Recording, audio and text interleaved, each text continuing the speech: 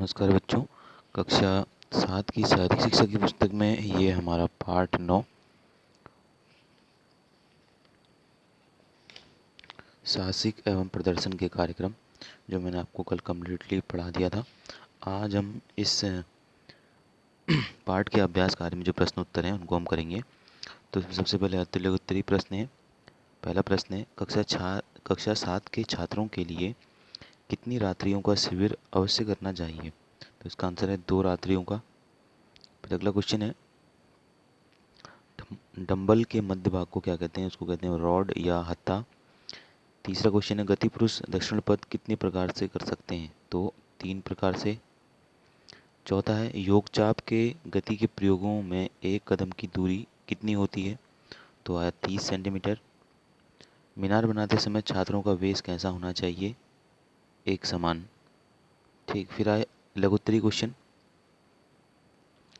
पहला क्वेश्चन है, योग चाप में गति में स्तवक कैसे किया जाता है? तो इसका उत्तर मैंने यहाँ पे लिखा हुआ है। उत्तर फर्स्ट है यहाँ पर। ठीक, यहाँ से देखते हैं इसको। गति में स्तवक की आज्ञा क्रमांक 1 पर होगी। क्रमांक 2 में बाएं पैर को दाएं पैर से मिलाकर रुकना तथा खड़े खड़े एक बार द्विताल बजाना। ठीक है, तो ये योग चाप में गति में स्तवक ऐसे किया जाता है। फिर दूसरा क्वेश्चन है, योग चाप में गति के प्रयोगों में एड़ी और तलवे के मध्य भाग में कितने अंश का कोण बनता है? तो 30 अंश का। ठीक, फिर है साइकिलिंग। तीसरा क्वेश्चन है, साइकिलिंग में क्या साथ लेकर चलना चाहिए? साइकिल की रिपेयरिंग का सामान। चौथा क्वेश्चन है, पर्वतारोहण में अगला अभियान किस आधार पर बनाना चाहिए? तो पूर्व पर्वतारोहण के अनुभवों के आधार पर। ठीक है, फिर पांचवा क्वेश्चन है, गति पार्श्व दक्षिण पद कैसे किया जाता है? तो मैंने इसको नीचे से लिखा हुआ उत्तर 5 करके यहाँ पर, ये उत्तर 5। यहाँ से हम देखते हैं इसको। तो इसमें 3 प्रकार से किया जाता है, प्रकार 1, प्रकार 2, प्रकार 3। प्रकार 1 है, द्विताल बचाते हुए क्रमांक 1 में दायां पैर दाईं ओर 30 सेंटीमीटर की दूरी पर रखना। क्रमांक 2 में बायां पैर दाएं पैर से मिलाना। प्रकार 2 में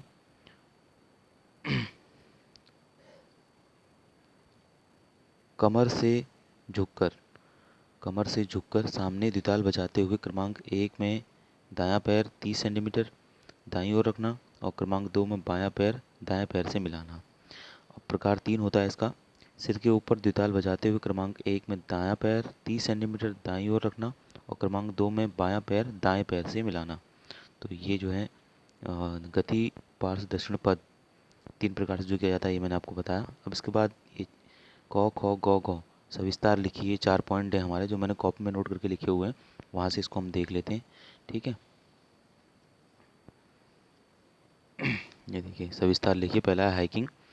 तो हाइकिंग किसे कहते हैं? प्रकृति की खुली गोद में विचरण करने, उबड़ खाबड़ पहाड़ियों, सघन वनों, निर्मल नदियों और झरनों के किनारों पर चलने व रहने में बड़ा आनंद आता है। वहाँ का जोखिम छात्रों को साहसी व दृढ़ बनाता है। कक्षा 7 के छात्रों को 8 किलोमीटर की हाइक तथा प्रकृति की गोद में 2 रात्रियों का शिविर लगाने का कार्य करना चाहिए। फिर है डंबल योग क्रमांक 3। अब इसे कैसे किया जाता है इसको हम देखेंगे। इसका आंसर है, बायां पैर आगे रखकर सामने ठोका लगाना। दूसरा स्टेप है, दाएं घुटने को जमीन पर रखते हुए अगले पैर को घुटने से मोड़ना तथा सिर के ऊपर ठोका लगाना। तीसरा स्टेप है, दोनों घुटने सीधे करते हुए सामने ठोका लगाना। और चौथा स्टेप है, बाएं पैर को पीछे दाएं पैर से मिलाकर दक्ष स्थिति में आना। पांचवा स्टेप है, दायां पैर आगे बढ़ाकर सामने ठोका लगाना। फिर छठा स्टेप है, बाएं घुटने को जमीन पर लगाकर दाएं पैर को घुटने से मोड़ना तथा सिर के ऊपर ठोका लगाना। सातवां स्टेप है, दोनों घुटने सीधे करते हुए सामने ठोका लगाना। आठवां स्टेप है, दायां पैर को पीछे बाएं पैर से मिलाकर दक्ष स्थिति में आना। ठीक, फिर अगला है गति पुरुष उभय पद। ये क्या होता है इसको हम देखते हैं। इसका आंसर, प्रकार 1, प्रकार 2 दो प्रकार से होता है। द्विताल बजाते हुए 3 प्रकार से होता है गति पुरुष उभय पद। तो प्रकार 1 है, इसमें द्विताल बजाते हुए गति पुरुष दक्षिण पद का कार्य 2 बार करना, उसके बाद गति पुरुष वाम पद का कार्य 2 बार करना।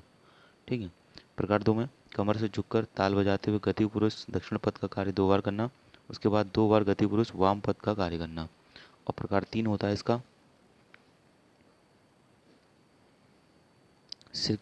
प्रकार 3 में है, सिर के ऊपर ताल बजाते हुए गति पुरुष दक्षिण पद की क्रिया 2 बार करना, उसके बाद गतिपुरुष वाम पद की क्रिया 2 बार करना। ठीक है। फिर चौथा क्वेश्चन था हमारा मीनार क्रमांक 3 बनाने, इसको हमने इसका विवरण देना है। ठीक है, तो कैसे किए बनाई जाती है मीनार क्रमांक 3, इसका हमको बताना है।